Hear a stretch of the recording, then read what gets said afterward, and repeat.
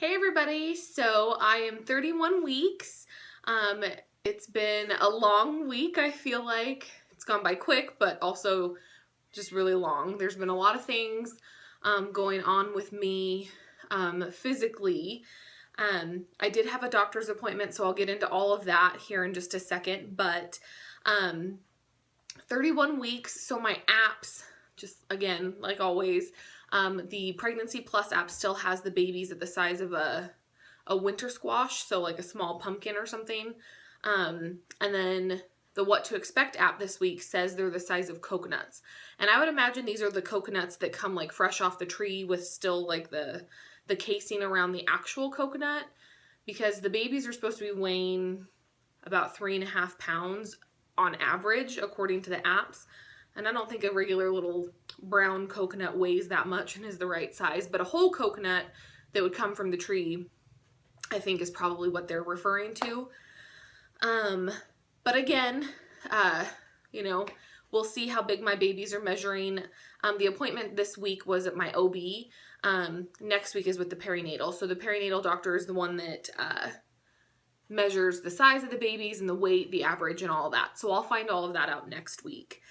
But really just this week, the biggest changes have just been the tiredness. I think I mentioned this in my last video. I've just kind of hit like a wall recently, and I'm just exhausted all the time. My body is sore all the time. I'm uncomfortable all the time. It's just become my new norm. As far as the swelling goes, for a while I was having a lot of swelling in my right foot and right leg, which is why they were a little concerned and I had to have, be monitored. But now it's kind of switched where my left leg, tends to get a little more swollen than my right, or they're about equal. So whatever I had going on has kind of equaled itself out. I don't know.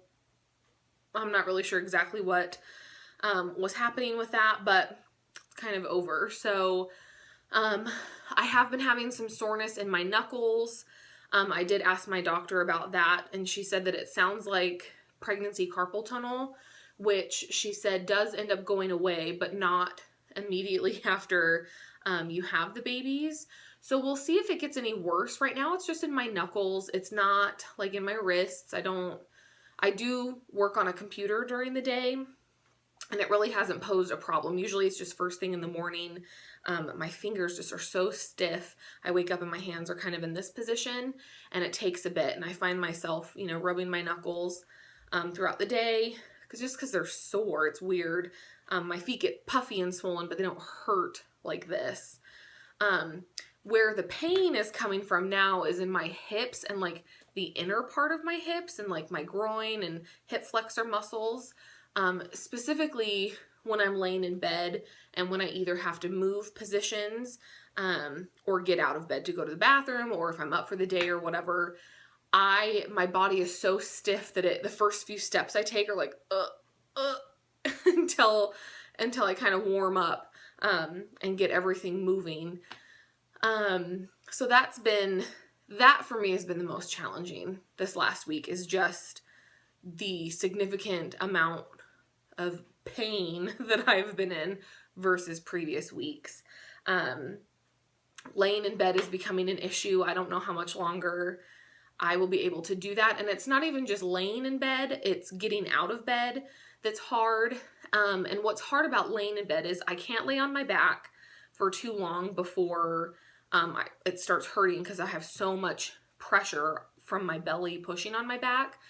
And so I lay on one side or the other, and my body favors my left, which is the better side apparently for multiple reasons. But because of where the pressure is, my hips on the outside start to go numb and they start to hurt. And so then I have to move positions, and that itself is just difficult moving around. So we're trying to come up with some different alternatives of how I can sleep or where I can sleep. We have a big chair downstairs, so I'm thinking about just like loading up some pillows and kind of staying in more of like a sitting position where I can lean to one side or the other, but that way the weight isn't really on my hips or my back, because that seems to be an issue. But other than that, everything else is good. My doctor's appointment went well. The babies look good. I do get an ultrasound at every appointment. At the OB, she just looks for the heartbeats, and she was pointing out where the babies are positioned. And right now, Caleb, who has always been baby B, he is actually the lowest. So she has him as baby A, and she's making a note that we've always considered him baby B. He was always baby B from the beginning.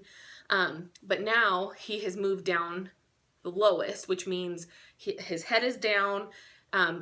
If I'm able to birth these babies vaginally instead of through a C-section, he'll be the first one to come out. So they're still going to call him baby B, but really, according to their, how, you know, whenever the babies are born, he will be baby A.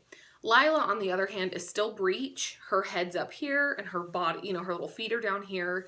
And I did ask the doctor what the chances are if I am able to birth Caleb.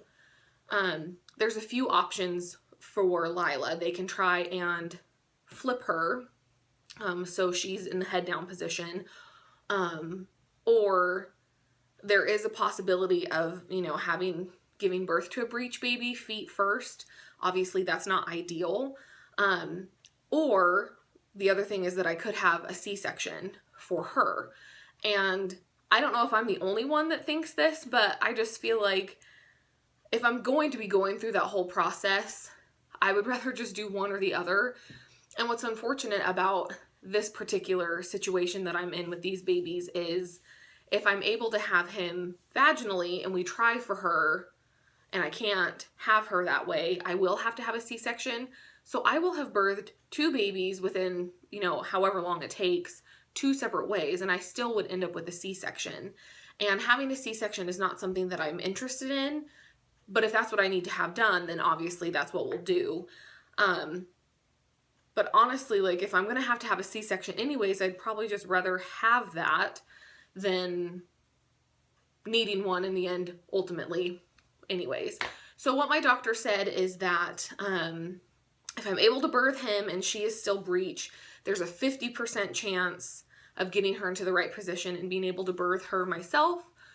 But there's also a 50% chance I'd still need a C-section. So that's where we're at with that. It's not the greatest news, but it is what it is. I did get information for birthing class. So we start that not this week, but next week. So the first week in March. It's 4 weeks long. So hopefully these babies stay in there long enough for me to finish the birthing class. I'm going to be scheduling a hospital tour, all of these things that I'm just getting towards the end. And so it's just, we have a few things left to do, and the birthing class and the hospital tour were ones that I really wanted to make sure I got done. And so we're getting those done. I think that's kind of it this week. It was kind of a low-key appointment. Better to be low-key than not. I did, however, have the very first person. I still haven't been touched by a stranger, but I did have a stranger tell me that I look like I was about to pop. So that's the first person that's told me that how big I look as far as, you know, looking like I'm full term, even though I'm not. So I'll show you guys my belly today. So this is 31 weeks of two babies. And again, Caleb sits on this side, head down, and his little feet are up here, and Lila's the exact opposite, so head and feet. And that's where we're at this week. So anyways, I hope you all have a good rest of your week. I will update more next week after my perinatal appointment. Hopefully we get a good idea of how big these babies are and how big they will let them get. So anyways, I will talk to you guys all later. Have a good one. Bye.